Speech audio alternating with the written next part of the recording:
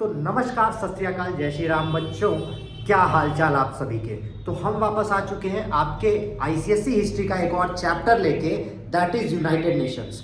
ठीक है, हमने कई सारे चैप्टर्स कंप्लीट कर लिए हैं। आपको अभी तक अगर कुछ नहीं मिल रहा है तो आइए आपको दिखाते हैं कि सारी चीजें आपको मिलने कहाँ वाली है। आपको बस जाना है हमारे चैनल आई मेड फाउंडेशन पे, वहां पे आपको सर्च करना है कंटेंट। कंटेंट पे जैसे ही बच्चों आप जाएंगे वहां पे आपको कोर्सेज मिलेंगे। हमने आपके सारे सिलेबस के लिए कोर्स बना रखा है, सारी क्लासेस के लिए। तो आपको हिस्ट्री क्लास 10th आईसीएसई दिखेगा, आपको इसको बस ओपन करना है। जैसे ही आप इसे ओपन करेंगे इसमें वीडियोस दिखेंगे। आपको हम दिखाना चाहते हैं हमने क्या क्या कंप्लीट कर लिया है। आपका फर्स्ट वॉर ऑफ इंडिपेंडेंस हो चुका है, growth of nationalism, first phase of Indian national movement, second phase of Indian national movement, Muslim league, Mahatma Gandhi and Indian national movement, first world war, second world war. इतनी videos हमने one shot में पूरी खत्म कर दी है और आज हम लेके आए हैं यूनाइटेड नेशन। तो अंत तक बने रहिएगा। जैसे इनके वन शॉट्स में आपकी सारी तैयारी हुई है, यूनाइटेड नेशंस भी आपका खत्म हो जाएगा। इसके बाद आपके हिस्ट्री के कुछ ही चैप्टर्स बचेंगे जिनको हम पूरी तरीके से खत्म कर देंगे। तो जुड़े रहिए और नोट्स के लिए हमें टेलीग्राम पे जरूर फॉलो करिए। तो आइए शुरू करते हैं आज आपका chapter United nation and it's agencies. तो पहले बैकड्रॉप की बात करते हैं कि यूनाइटेड नेशन था क्या और आया कहां से। आपको पता है कि अगर आपने अभी सेकेंड वर्ल्ड वॉर का वीडियो देखा होगा तो उसमें हमने बात की थी लीग ऑफ नेशंस की। लीग ऑफ नेशंस का जो काम था फर्स्ट वर्ल्ड वॉर के बाद बना था, उसका काम था पीस को मेंटेन करना। बट क्योंकि हमने बताया उसके पास कोई एक्चुअल पावर नहीं थी, मिलिट्री नहीं थी, इसलिए वो ऐसा नहीं कर पाया और फिर बना बच्चों यूनाइटेड नेशंस। तो आइए जानते हैं इनके बारे में। कुछ एजेंसीज, दो एजेंसीज हैं जो आपको पढ़नी है, WHO और यूनेस्को, उसके बारे में भी हम यहाँ डिस्कस करने वाले हैं। तो आइए शुरू करते हैं बहुत ही जोश खरोश और बोर्ड एग्जाम की तैयारी के साथ। यूनाइटेड नेशन के बनने के पीछे ऑब्जेक्टिव क्या था। सबसे पहला रीजन तो यही होता है कि आखिर क्यों। ठीक है, तो सबसे पहला ऑब्जेक्टिव था to maintain international peace and security. देखिए, वर्ल्ड वॉर हो चुके थे, दो वर्ल्ड वॉर हो चुके थे, काफी लड़ाई हो चुकी थी, खून खराबा, नुकसान हो चुका था। और वर्ल्ड वॉर 1 के बाद लीग ऑफ नेशन जो काम नहीं कर पाया, वही काम इनको कराना चाह रहे थे लोग। तो the primary goal was to prevent the outbreak of wars and resolve international dispute through peaceful means like negotiation, mediation and arbitration. तो आपको ये बात समझ में आ रही है कि बहुत साम दाम दंड भेद सब लगाया जा रहा था ताकि अब पीस मेंटेन हो सके और दोबारा लड़ाई ना हो। दूसरा, to promote friendly relations among nations. The UN sought to foster respect for the principles of equal rights, self-determination of people, encouraging cooperation and friendship among countries. देखिए, पीस को हम कैसे ला सकते थे कि जो अलग अलग देश है जिनके बीच लड़ाई है, कुछ डिस्प्यूट है, उनको सॉल्व करके। तो यूनाइटेड नेशन का मानना था कि जो अलग अलग नेशंस हैं उनके बीच जो भी प्रॉब्लम आ रही है वो बातचीत करके सुलझाई जाए, एक कॉमन ग्राउंड पे उनको लाया जाए। जैसे मेरे पास अगर 100 बिस्किट है, मेरी बहन 100 रुपए है, मेरी बहन के पास 50 रुपए है और हमारे बीच लड़ाई हो रही है, तो हम एक कॉमन ग्राउंड में आएंगे कि चलो बराबर बराबर 150 जोड़ के आधा आधा खर्चा करते हैं। तो वही बात इन्होंने कहा था। And to achieve international cooperation. आपको ये बात बच्चों एकदम अच्छे से पता होगी कि ऐसा नहीं है कि कोई किसी भी नेशन के पास सारी चीजें अवेलेबल है। ठीक है, तो अगर हम आपस में कोऑपरेट करेंगे तो ह्यूमन आगे बढ़ेगा और अल्टीमेट गोल यही है कि ह्यूमन आगे बढ़े। ठीक है, इंसान आगे बढ़े, मानवता आगे बढ़े। तो वो कोऑपरेशन से ही पॉसिबल था और कोई चांस नहीं था। ठीक है बच्चों, ठीक है। अगर आपको हम नहीं मिलते हैं YouTube पे, आपको बस सर्च करना है आई मेड फाउंडेशन, हमारे अलावा आपको कोई मिलने भी नहीं वाला है। ठीक है, तो the United Nation aim to solve international problems. देखिए, इंटरनेशनल प्रॉब्लम्स, अलग अलग देशों की अलग अलग प्रॉब्लम थी और वो कोऑपरेट करके ही सॉल्व कर सकते थे। Related to economic, social, cultural and humanitarian issues and promote human rights and fundamental freedoms. अभी आपको जब हम सिविक्स पढ़ाएंगे तो वहां आप देखेंगे कि हम फंडामेंटल राइट्स की भी बात करने वाले हैं, क्यों, जो कि हमारे कॉन्स्टिट्यूशन का बहुत ही इंपॉर्टेंट पार्ट होता है। ठीक है, ठीक है बच्चों, ये पॉइंट वाइज इसलिए दिया है कि जब आपको आंसर लिखना पड़े तो आंसर आप इजीली लिख पाए। ठीक, to promote respect for human rights. देखिए, जब भी हम बात करते हैं बच्चों ह्यूमन राइट्स की, हमारा जब कॉन्स्टिट्यूशन लिखा गया तो उसमें fundamental rights, fundamental duties, directive principle of state policy लिखी गई। और यूनाइटेड नेशन ने भी कहा है कि हर ह्यूमन का एक बेसिक राइट है और उसे दिलाने के लिए, क्योंकि वर्ल्ड वॉर 1 में क्या हुआ था ज्यूस के साथ, ही आप सभी जानते हैं, कोई ह्यूमन राइट्स में बुरी तरीके से प्रभावित थे वो। तो ह्यूमन राइट्स को प्रमोट करने के लिए भी यूनाइटेड नेशन बहुत आगे रहता है।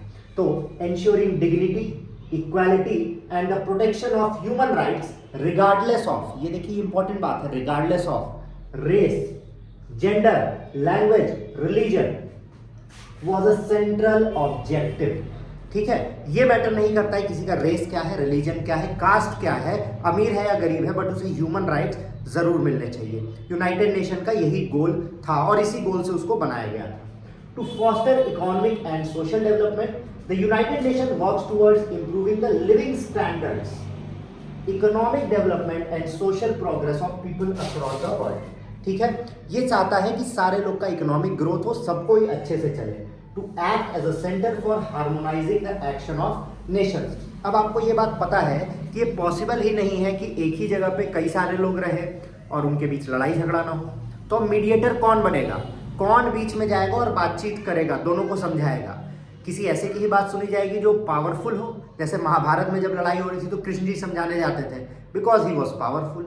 ठीक है, तो कोई पावरफुल आदमी जो न्यूट्रल ग्राउंड पे जाए और दोनों की बात समझे, दोनों को समझा सके, तो ये काम करता है यूनाइटेड नेशन। ठीक है, यूनाइटेड नेशन ही वो मीडिएटिंग एजेंट बनता है जो दोनों से बात करता है, दोनों की प्रॉब्लम्स को समझता है और एक कॉमन सोल्यूशन निकालता है ताकि लड़ाई होना, क्योंकि लड़ाई तो दो देश के लीडर्स करेंगे पर पिसेंगे उसमें सारे लोग। ठीक है, these objectives are reflected in UN Charter, the founding document of the organization। ठीक है बच्चों, यही सब रीजन था जिसके कारण यूनाइटेड नेशंस को बनाया गया था। अब बात होती है कि सिक्योरिटी काउंसिल उसमें क्या था। देखिए, बिना आर्मी के, बिना किसी सिक्योरिटी के तो कोई काम कर ही नहीं पाएगा, कुछ तो चाहिए होगा, तो सिक्योरिटी काउंसिल बनी थी। सिक्योरिटी काउंसिल के टोटल 15 मेंबर्स थे, जिसमें 5 परमानेंट मेंबर्स हैं और बाकी नॉन परमानेंट मेंबर हैं। परमानेंट मेंबर्स के पास होती है वीटो पावर। वीटो पावर मतलब किसी को भी परमानेंट मेंबर या टेम्पोररी मेंबर बनने से रोक सकते हैं। अगर उनको लग रहा है कि अच्छा ये वाला डिसीजन हमारे अगेंस्ट जा रहा है और हम नहीं चाहते हैं, तो वीटो पावर यूज कर सकते हैं, बट वो अनलिमिटेड नहीं होती है।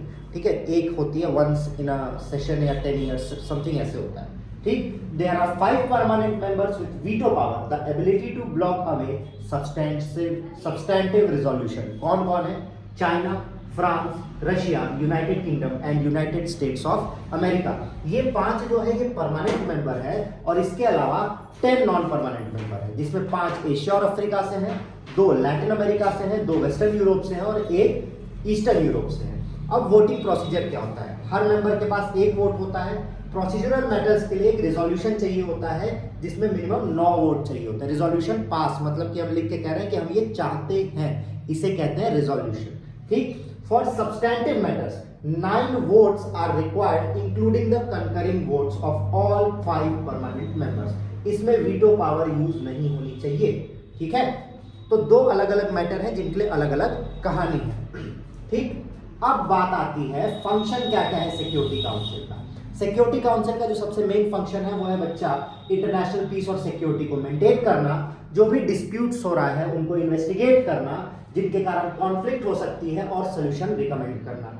ये किसी के भी ऊपर सैंक्शन इंपोज कर सकते हैं। सैंक्शन मतलब कि इनको पैसा नहीं दिया जाएगा, इनको फंड्स नहीं दिए जाएंगे, इनके साथ ट्रेड नहीं किया जाएगा, और फोर्स का यूज ऑथराइज कर सकते हैं कि ऐसे नहीं मान रहे, लात के देवता बात से नहीं मानते, पीटो इनको। ठीक है, टू मेंटेन और रिस्टोर पीस। अब देखिए, कहीं भी स्टेट के अंदर ये डायरेक्ट नहीं घुस सकती अगर गवर्नमेंट है वहां पे, तो 2 स्टेट्स के बीच जब हो रहा होगा, 2 कंट्रीज के बीच हो रहा होगा, तभी ये घुस सकती है। ऐसा नहीं कि बांग्लादेश में लड़ाई हो रही है और ये चलेगा, इंटरवीन कर दिए। ठीक है, recommendation on admission of new member, ये रिकमेंड करता है कि किसी न्यू मेंबर स्टेट को जनरल असेंबली में एंटर करने दिया जाए या नहीं। या अपॉइंटमेंट ऑफ सेक्रेटरी जनरल कैसे होते हैं? Recommends the appointment of UN secretary general to the general assembly. अगला इनका ट्रस्टीशिप फंक्शन होता है, ये अथॉरिटी एक्सरसाइज करते हैं ट्रस्ट टेरिटरीज पे ताकि वो कोऑपरेट करे ट्रस्टीशिप काउंसिल में। मतलब इनका पूरा काम है भोकाल बनाना और दबाव बनाना। ठीक, military action and peace keeping भी इन्हीं का काम है। मतलब अगर कहीं बाहर लड़ाई हो गई और मिलिट्री डिप्लॉय करनी है यूनाइटेड नेशन की, तो यही काम करेंगे। ठीक है, और ये नहीं कि मिलिट्री जो जाएगी वो लड़ाई करेगी, वो किसी नेशन की नहीं होती, वो यूनाइटेड नेशंस की होती है।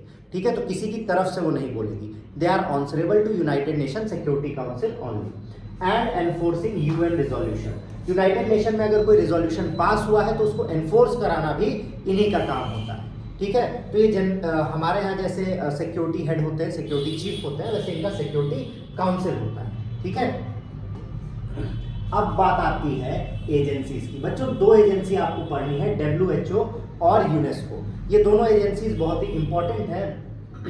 The United Nations has several specialized agencies that work in specific areas to promote international cooperation and development. Two important agencies are World Health Organization (WHO) and the United Nations Educational, Scientific and Cultural Organization. देखिए कई सारी ऐसी agencies होती हैं जो साथ में मिलती हैं तब काम होता है, क्योंकि आपको ही पता है कि नॉर्मली भी सारे काम एक बंदा तो नहीं कर सकता, एक कंपनी, एक इंसान नहीं कर सकता। इसके लिए अलग अलग ग्रुप्स बनाए जाते हैं। जैसे आप स्कूल में पढ़ते हैं तो स्कूल में प्रिंसिपल होंगे, कोऑर्डिनेटर होंगे, टीचर्स होंगे, टीचर्स के अंदर लोग होंगे। ठीक है, क्लास में मॉनिटर होगा, हेड होगा और अलग अलग हाउसेज होंगे, ताकि अलग अलग काम अलग अलग इंसान कर सके। एक ही टीचर सारे सब्जेक्ट नहीं पढ़ा सकता, सारे काम नहीं कर सकता, ये पॉसिबल नहीं है और बहुत दिन तक चलेगा भी नहीं। तो सबसे पहले बात करते हैं WHO वर्ल्ड हेल्थ ऑर्गेनाइजेशन की। वर्ल्ड हेल्थ ऑर्गेनाइजेशन का एस्टैब्लिशमेंट हुआ था 7 अप्रैल 1948 को। यही सब क्वेश्चंस आते हैं बच्चों। इसका हेडक्वार्टर है जेनेवा, स्विट्जरलैंड में। ठीक है, ये दोनों बहुत इंपॉर्टेंट है। आपके एग्जाम में डायरेक्ट क्वेश्चन आता है WHO के नोट्स लिखने के लिए, शॉर्ट नोट्स, या तो यूनेस्को पे। ठीक, इसका फंक्शन क्या है? Promotes global health. WHO works to improve health standards worldwide and ensures access to essential health care for all people. ठीक, ये तो आपको नाम से भी पता चल रहा होगा कि वर्ल्ड हेल्थ ऑर्गेनाइजेशन है, तो ये काम तो कर ही रही होगी। Control and eradication of disease, इसी के कारण पोलियो हटाया भाई। 2 बूंद जिंदगी के यूनाइटेड नेशंस के WHO का ही प्रोग्राम था। ठीक है, अब आप देखेंगे कि पोलियो के केसेस बहुत कम होते हैं। पोलियो के 2 ड्रॉप, हेपेटाइटिस बी का टीका, ये इन्हीं का है। तो leads effort to control epidemics and eradicate disease like smallpox and polio. देखिए यहाँ दिख ही रहा है। Played a key role in responding to global health emergency such as कोविड-19 पैंडेमिक। कोविड-19 में बहुत ही भाई काम दिया था इन्होंने। ठीक, सेटिंग हेल्थ स्टैंडर्ड्स, स्टैब्लिश करता है इंटरनेशनल हेल्थ स्टैंडर्ड्स वैक्सीन के लिए, मेडिसिन के लिए और हेल्थ प्रैक्टिसेस के लिए, कि जैसे कोई दवाई होती है, दवाइयों का एक स्टैंडर्ड होता है, वो स्टैंडर्ड यही सेट करते हैं। मेडिकल असिस्टेंस प्रोवाइड करता है कहाँ पे? कंट्रीज को जब हेल्थ क्राइसिस हो जाती है या कोई नेचुरल डिजास्टर होता है। तो नॉर्मल कंट्रीज अपने नहीं, कंट्रीज चाहे तो भेज सकते हैं, पर यूनाइटेड नेशन जरूर भेजता है किसी कैलेमिटी में। ठीक, हेल्थ रिसर्च एंड एजुकेशन को भी प्रमोट करता है, ताकि जो नए डिजीज है उनका प्रिवेंशन हो सके, उनको कंट्रोल किया जा सके, न्यूट्रिशन के बारे में। ठीक, अब अगला आता है United Nations Educational, Scientific and Cultural Organization, that is UNESCO. ये कब फाउंड हुआ था भाई? 16 नवंबर 1945 को। और WHO कब हुआ था? ध्यान दीजिए, 7 अप्रैल 1948 को। तो पहले कौन बना? यूनेस्को बना। हेडक्वार्टर इसका पेरिस फ्रांस में, उसका जेनीवा स्विट्जरलैंड में। इसका रोल फंक्शन क्या है? एजुकेशन को प्रमोट करता है। नाम से कुछ चीजें तो आपको नाम से पता चल रही होंगी। ठीक है, it works to ensure universal access to quality education specially in developing countries. मतलब इंडिया में भी मदद करता है, India is also a developing country. Supports programme for adult literacy and teacher training, ये भी कर रहा है आजकल। जाए क्या इसमें ट्रेनिंग करने? Preservation of cultural heritage, identifies and protects world heritage site, जिसमें से एक हमारा ताजमहल भी है, world UNESCO site, such as Taj Mahal in India, देखिए लिखा हुआ है। Promotes the preservation of historical monuments, cultural traditions and language. ठीक है, तो 7 वर्ल्ड यूनेस्को साइट्स आई थी, उसमें से एक हमारा ताजमहल भी था। और सारे लोगों को बनाने के लिए अभी बातचीत चल रही है, बट धीरे धीरे काम चलता है। तो जब वर्ल्ड यूनेस्को साइट्स बना दिया जाता है, इसका मतलब कि इंडिया का उस पर कंट्रोल है। इंडिया उसको साफ सफाई करेगा, सही अच्छे से रखेगा, स्टोर करेगा, बढ़िया से रिस्टोरेशन करेगा, बट यूनेस्को में भी उस पर काम करेगी। Promotes science and technology, encourages scientific research and the application of technology for sustainable development। Sustainable नाम आप कई बार सुनते होंगे। सस्टेनेबल डेवलपमेंट का मतलब होता है जिससे हम डेवलप भी करें और हमारे नेचर को हार्म भी ना हो। Supports program in climate change, water management and biodiversity, क्योंकि nature is one of the most important thing. और जो अरावली रेंज वाली बात चल रही है, अगर उससे नेचर को हार्म होता तो यूनेस्को जरूर इंटरवेन करता। ठीक है, fostering international cooperation, promotes cultural exchange and understanding among nations to build peace through education, science and culture। अगला है freedom of expression, advocates for freedom of press, and protection of journalist world wide. तो ये भी इनका बहुत important काम है, जरूरी है। वो अलग बात है कि हमारे यहाँ के लोग पागल हो चुके हैं, तो बट क्या कर सकते हैं। कंक्लूजन में क्या आता है, both WHO and UNESCO play a vital role in promoting health, education, science and culture across the world. ये बात सही भाई। They work towards achieving the broader goals of United Nation such as ensuring peace, development and wellbeing of humanity. इसी के साथ बच्चों one shot आपका इस चैप्टर का भी खत्म होता है। अब हमारे जो बीच के 2-3 चैप्टर्स बचे थे उनको भी खत्म करेंगे दिसंबर में, जैसा कि हमने प्रॉमिस किया था। And then we'll move on to solving the sample paper. तो सैम्पल पेपर आपके आए हैं बोर्ड से, जनवरी से हम लोग वो स्टार्ट कर देंगे सॉल्व करना फॉर हिस्ट्री, केमिस्ट्री, बायो। ठीक है, तो मिलते हैं आपसे अगले वीडियो में, तब तक के लिए जय श्री राम, बाय बाय।